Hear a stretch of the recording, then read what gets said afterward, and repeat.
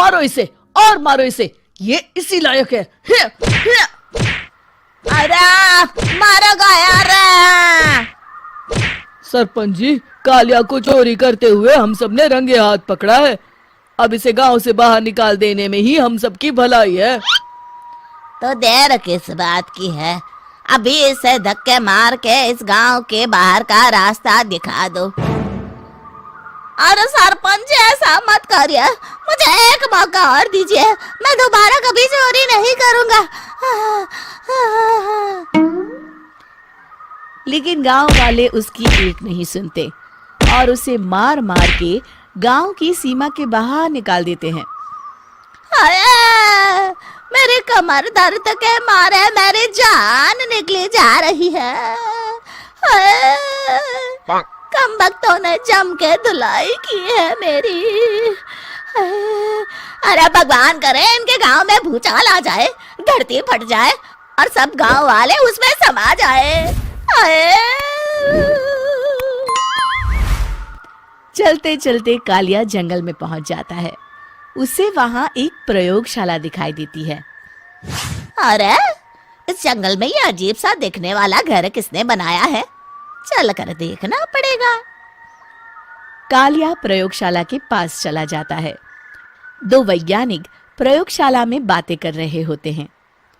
बधाई हो डॉक्टर चमन, आखिरकार हम दोनों ने मिलकर एक ऐसी घड़ी का आविष्कार कर लिया है जिसे पहनकर कोई भी इंसान गायब हो सकता है। हाँ हाँ, तुमने बिल्कुल सही कहा डॉक्टर जर्माटो। अब कल सुबह ही हम इस जंगल से निकल जाएंगे, लेकिन उससे पहले आज रात के खाने का बंदोबस्त करते हैं। हाँ हाँ, मुझे तो बड़ी जोरों से भूख लगी है, चलो चलते हैं। दोनों वैज्ञानिक वहां से चले जाते हैं। उनके जाते ही कालिया प्रयोगशाला में दाखिल होता है। अच्छा तो ये बात है। कालिया बड़े से कांच के अंदर रखी घड़ी को बाहर निकाल लेता है और अपनी कलाई पर बांध लेता है। फिर घड़ी में लगा बटन दबा देता है। कालिया को एक जोरदार झटका लगता है। कालिया अपने आप को आईने में देखता है तो उसका पूरा शरीर पूरी तरह से गायब हो चुका होता है। अब तो जो चाहे वो कर सकता हूँ। सबसे पहले मैं उन सभी को सबक सिखाऊंगा। गांव वालों, मैं आ रहा हूँ। कालिया गांव की ओर चल पड़ता है। थोड़ी देर के बाद दोनों वैज्ञानिक वहां आते हैं। अरे ये क्या, लगता है कोई हमारी घड़ी चुरा कर ले गया है। ये देखो पैरों के निशान। अब क्या होगा, अगर वो घड़ी किसी गलत हाथों में पड़ गई तो अनर्थ हो जाएगा। तुम चिंता मत करो, हमारी घड़ी में जो बैटरी लगी है ना, वो सिर्फ 24 घंटे चलेगी। उसके बाद वो घड़ी काम करना बंद कर देगी। उधर दूसरी तरफ गांव में सरपंच अपने घर में सो रहा होता है। तभी एक आहट से उसकी नींद खुल जाती है। अरे कौन है, कौन है वहाँ? बड़े मजे से सो रहा है, आज मैं तुझे नहीं छोड़ूंगा। कालिया पास में पड़ा डंडा उठाकर सरपंच की पिटाई शुरू कर देता है। ये ले, ये और ये ले, इसी लायक है, ले। आप मर गए। अरे अरे ये क्या हो रहा है? अरे अरे कोई बचाओ मुझे, मेरे घर में भूत आ गया है। सही कहा, मैं भूत ही तो हूँ, ये ले। अरे भूत जी, मैंने आपका क्या बिगाड़ा है, मुझे छोड़ दीजिए। आपको क्या चाहिए? तेरे घर में जितना भी पैसा है ना, मुझे ला कर दे दे, तब मैं तुझे छोड़ दूंगा और यहाँ से चला जाऊंगा। सरपंच अपनी तिजोरी से पैसे निकालकर एक बड़े कपड़े में बांधकर जमीन पर रख देता है और कालिया वो सारा पैसा लेकर वहां से चला जाता है।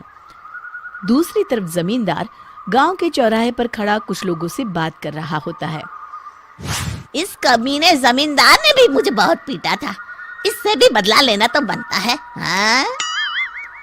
जमींदार अचानक अपने आप को चांटे मारने लगता है। अरे भाई ये क्या हो रहा है? जमींदार साहब, आप ठीक तो है ना? अरे मुझे नहीं पता भाई।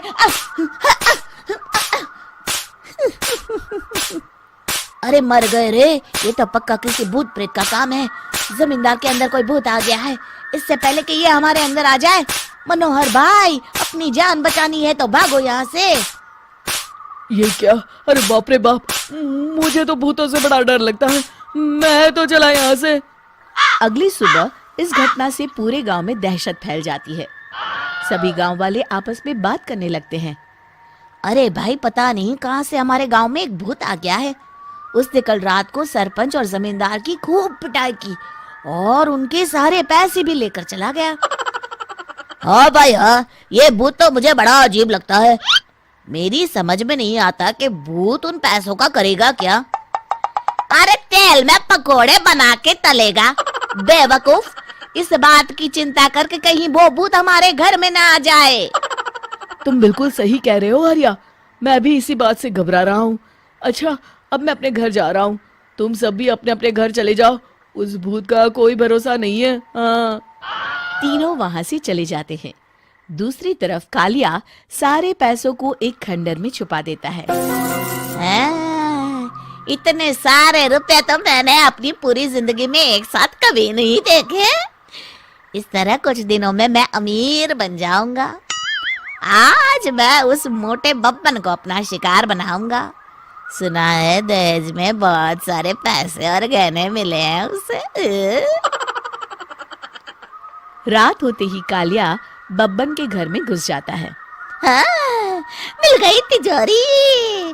अब जल्दी से इसे खोलकर सारे पैसे निकाल लेता हूँ। अरे खुल जा खुल जा। खुल गई। कालिया पैसे थैले में भर ही रहा था कि तभी बब्बन उसके बगल में आकर खड़ा हो जाता है। भाई क्या कर रहा है? हाँ? अरे हट।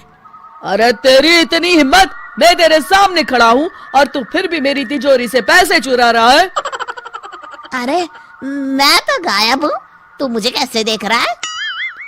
कालिया अपनी घड़ी को देखता है। अरे इसे क्या हो गया है? हाय, लगता है बैटरी खत्म हो गई। अच्छा, तो आज मैं तेरी बैटरी अच्छे से चार्ज कर देता हूँ। अरे भाग्यवान, जरा मेरा डंडा तो लाना। ये मोटा मुझे नहीं छोड़ेगा। अरे भागो।